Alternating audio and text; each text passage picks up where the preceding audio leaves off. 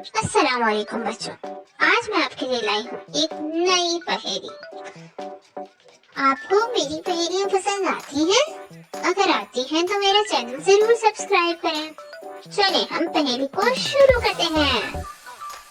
एक टांग की काली होती,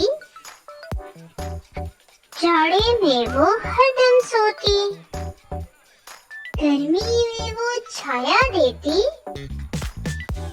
बारिश में वो हरदम रोती। एक दफा फिर सुनिए। एक टांग की काली होती, जाड़े में वो हरदम सोती,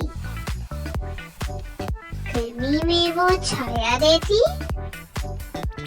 बारिश में वो हरदम रोती। बूझिए क्या है ये चीज?